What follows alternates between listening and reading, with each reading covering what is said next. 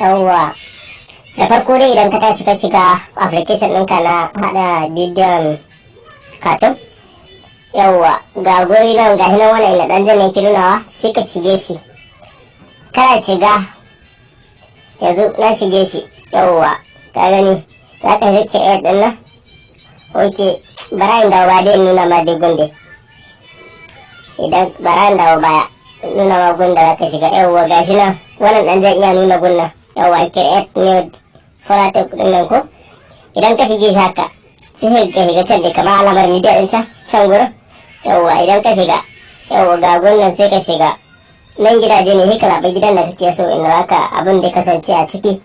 Ka na zaɓi nan, idan bai ba zan ka iya koma can, yawwa in sake wani, yawwa ka ga ka na sake ga hina na saka restaurant a gurin. Yawwa hin zaɓi dan ga mutanen nan dan harhaɗa amma akwai nasa haɗaɗɗu a ciki.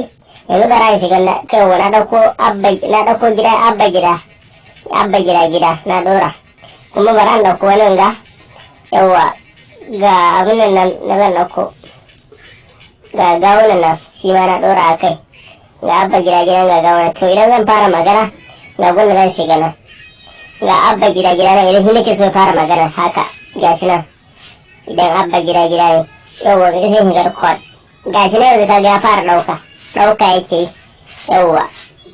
To idan ba shi nake so magana ba zan iya komawa in saka shi wannan gawuna domin shi ya magana, sai in dawo nan kaga shi yanda sun yawan fuskata alama shi zai magana kenan. Yawwa yanzu haka kaga shi ya fara ɗauka. To shi kenan idan ka riga da ka gama haɗa folder ɗin wannan ƙasa ga alamar arrow nan ne gunda za ka set ɗin bidiyon ka ci gaba da abin nan ɗina dai